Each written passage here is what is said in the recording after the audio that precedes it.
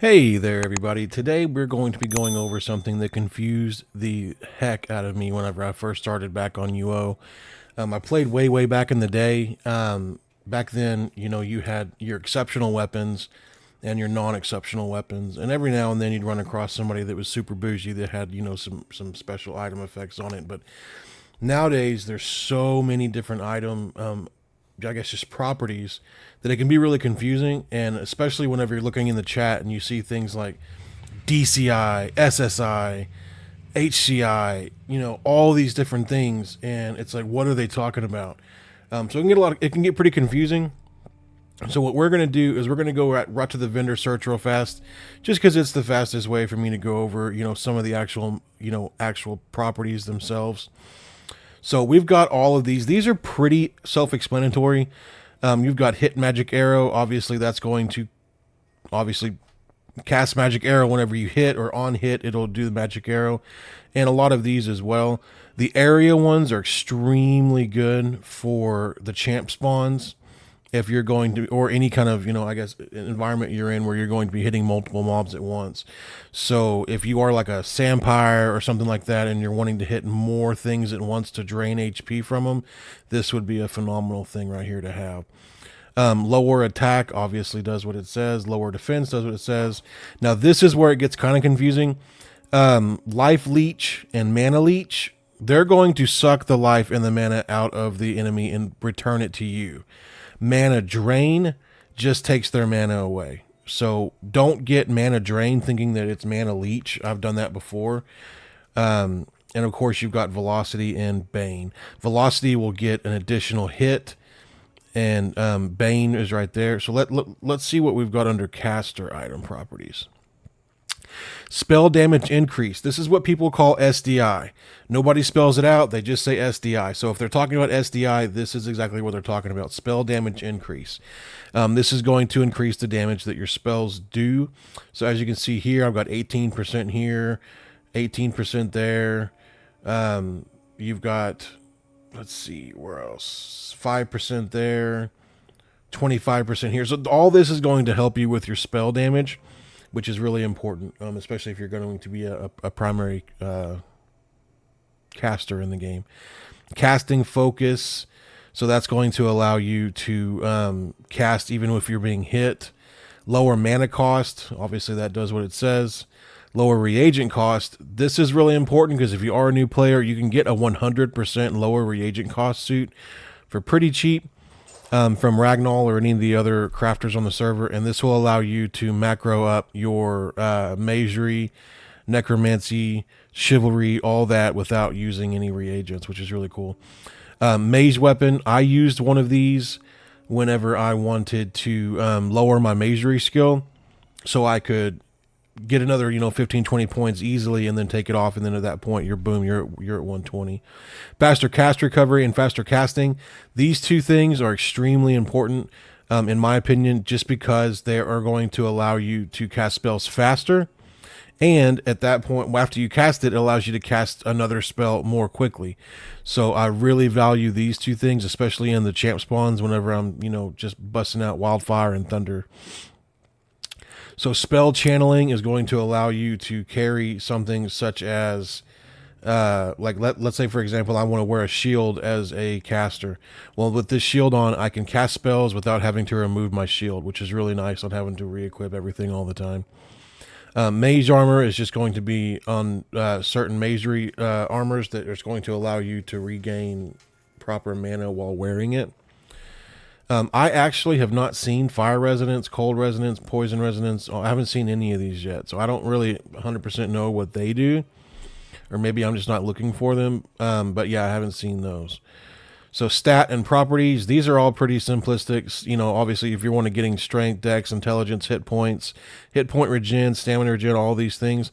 Out of all of these, the most important is to try to make sure that your resists are properly separated within your armor, so you get maximum resists. Luck is very important. And if you're, for example, I didn't get meditation, I went with necromancy, so I could use the lich form, or wraith form, I'm sorry. So I feel like mana regeneration is pretty important for the classes like that. So you don't have to snail speed up your mana after you die. So yeah, if you die, you start off with 0 mana, and getting it back up to where you can cast obviously your Wraith and then cast another damaging spell to suck the mana back can take a while without mana generation. So just keep that in mind. Strength, Dex, Intelligence. Obviously, Strength is HP. That's important. If you are a Dexter, Dexterity is important. That's going to affect your swing speed increase. And swing speed increase is called SSI. So keep that in mind as well if you're starting to see these crazy acronyms in the chat that you don't understand what they are.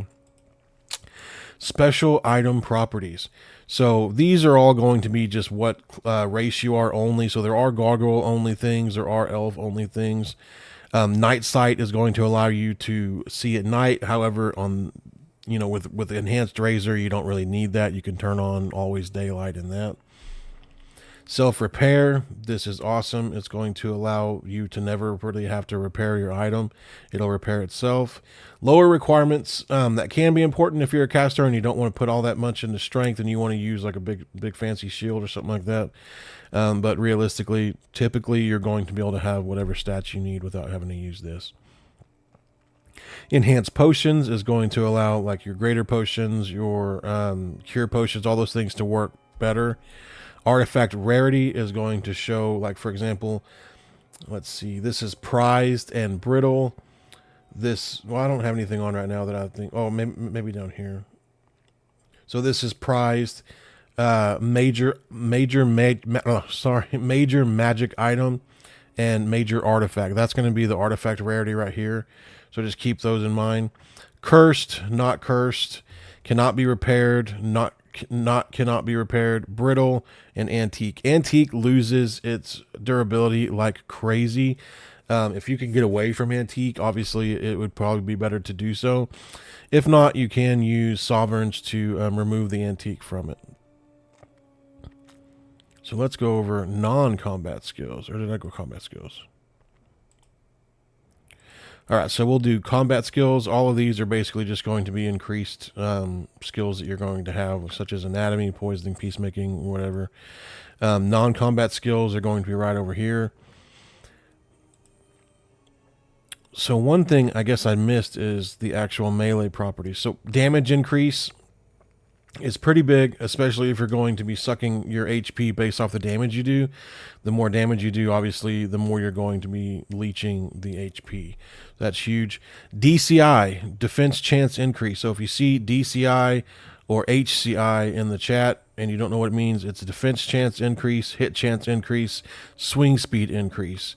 So all of those you'll see a lot. Nobody spells them all out. It's always going to be, just the 3 letters. So that's what they are. Defense chance increase is going to be the chances that you defend at a higher level whenever something, have incoming damage. Hit chance increase is going to be a better chance for you to make contact with the enemy instead of missing or whiffing. Swing speed increase is very important, especially for a Dexter. You are going to be able to hit faster. Hitting faster means more leeching or more damage, so that's huge. Soul charge, I haven't had to use this one personally. I did have a soul charge on something like this before, but I never used it. So I really don't know what that does or if it's important. Reactive paralyze is good. Reflect physical damage is good. Battle lust. So whenever you're looking at these are called abyss characteristics or abyss properties. So battle lust is going to make it to where a successful hit or whatever it is that initiates damage increases that, modified by several different factors. So you're going to get much higher damage out of this. Blood drinker is going to be another leech. It's going to just make sure that you leech more damage from it. Let's see, we've got assassin honed. Let me see if I don't think I had that one written down. I've never actually seen assassin honed on the server, so I'm not sure if that is something that is actually on it or not. So searing weapon. So splintering weapon is actually kind of bad. Splintering weapon, let me see. Successful hit with a weapon causes a glass shard to break off the weapon, reducing its durability. So this is probably not going to be something that you want on a weapon. You'll just blast through the durability extremely quickly. Focus is just something that's going to allow you to regain what you need as a melee character. Use the best weapon skill is actually pretty cool. So let's say, for example, you have this on you and you are a fencer. Well, if you pick up a really great sword item that says use best weapon skill, you can actually use it with your fencing skill. Pretty cool. Fire eater, cold eater, poison, energy, kinetic damage, and all these are going to say, let's say you take up 50 damage and fire eater is going to take a percentage of that. So let's just say it eats 10% of that damage, and it can return it as HP. Physical damage, obviously, that's going to be physical damage, cold damage, fire damage, poison, and energy. These are important because you're going to run into certain bosses that are going to have immunities or higher resistances to certain of these elemental damages. So if you run into a boss that, you know, has 100% physical damage, reflection or resistance, you don't want to use a physical damage weapon. You want to use one of the other, you know, elemental damages on it. So just keep that in mind. You really can't have one weapon as a Dexer. You definitely want to have more than one. Obviously, these come into play. And then the next one that we're going to talk about is down here. These come into play as well. So Reptile is going to be 2 times damage to Dragon, Lizardmen, Ophidian, Snakes. So it's just 2 times damage to these. Now, when you get into the Super Slayers, which is the Dragon, Lizardmen, and Ophidian, these do 3 times damage to these specific ones. So Reptile will do 2 times damage to all 4 of these. Dragon will do 3 times damage just to dragons. Lizardman 3 times damage just to lizardmen. Ophidian 3 times damage just to Ophidian. So, and Snake, of course. Arachnid Slayer will do 2 times damage to these, and of course the rest of them will do 3 times damage just to the specific property. Repond is going to be is going to do damage to the following. So make sure that you pick the ones that are going to do the most damage to whatever you're fighting. So if you're fighting something that has several different, you know, species that you're fighting against and you want to be able to do damage to all of them, you may want to pick one of the actual slayers. If you're going to go into Destard, for example, and you're going to be fighting nothing but dragons, it may be important to take a dragon slayer to that one. Or if you're going to be fighting, let's say, one of the champ spawns and the champ is going to be the giant dragon one, well, at that point you'll want to take whatever weapon you want to with you that will do damage during the champ itself, and then when the boss spawns you'll want to switch over to your dragon slayer and do the most damage possible.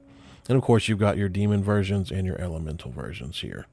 So obviously you can't have one weapon as a Dexer. There's going to be a tremendous amount of variety whenever you're doing this kind of stuff. That way you can, you know, keep up to date on everything that you need when it comes down to these weapons. So how do you search for this? You can only have 5 properties on each weapon or armor. So let's say that you are a Dexer and you are wanting to do, you're probably going to want to be, if you're a Sampire or something, you're going to want to have Axe. And then you're going to want to make sure that you can do damage to the, let's say you're hunting reptiles. So we'll just do that. And you'll find a tremendous amount of different weapons here.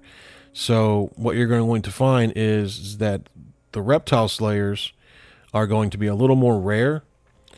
A lot of people will just go down and just carry more weapons and use the actual specific super slayers.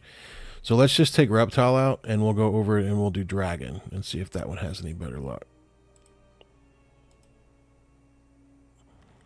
Okay, so we got 6 items here. So about the same amount actually, but we'll do the large battle axe here. We'll just take a quick look. You got Dragon Slayer, hit lower defense, reactive paralyze, physical damage. So no actual damage increase on this one, just Dragon Slayer. So that one would actually be pretty good. And then Executioner. This one has got a huge swing speed increase, 25%, 100% more durability, and it does physical and energy damage. So this one would be a good one as well. And then you got this one right here. This is going to be an antique. So like I said, it's going to burn through your durability a little faster, especially whenever you're swinging it the whole time. And one thing about antique on armor as well is it's actually going to take durability damage, even if you're not being hit. So, I mean, realistically, getting antique on your armor is just going to cause you to have to repair it nonstop. So, not really the best option. But right here, you've got cold area, which is awesome. Dexterity bonus, really good as well. Faster casting, that can be beneficial if you're like chivalry or something like that as well. Swing speed increase 20%, damage increase 40%, physical and chaos damage, and of course Dragon Slayer. So this is a tremendous large battle axe. So if you're going to be looking for something like this one, this would be a phenomenal find for like a Sandpire. So the only thing it's really missing is you're going to want some form of mana leech. But realistically, this one's going to do you pretty good if you're just fighting dragons. So, alrighty, if you guys have any questions on anything that I went over, please leave me a comment, and I'll see if I can answer it for you. Some of the stuff that I wasn't able to answer, like, let me see here. Like searing weapon, assassin honed. If you know more about that than I do, please send me a comment as well. That way I can kind of stay up to date on what that is. I just haven't seen it yet. So I don't know if it's just particularly rare or maybe it's just not on this server. I'm not 100% sure. There was also one more that I wasn't aware of. Oh yeah, Bane. So I just wanted to kind of figure out what those were. I couldn't find anything particularly on it for the server itself. I did find Bane on the actual UO, and it said that it is introduced in Publish 83. For a chance to trigger this on effect, hits target's health has to drop below 50%. Better, but the better is the chance. While at the same time, additional damage causes grows up, starting with about 50% of the damage potential at target's half-life. So I'm guessing it just does more damage as the creature gets lower in HP. But again, I've never seen this. I've never used it. So I wouldn't want to lead you guys in the wrong direction. But all right, you guys have a great day. And don't forget to subscribe, guys. I'm getting to the point where I'm almost at 200 subscribers. And I would love to reach that this month. That'd be amazing. And again, you guys, thank you very much. See you later.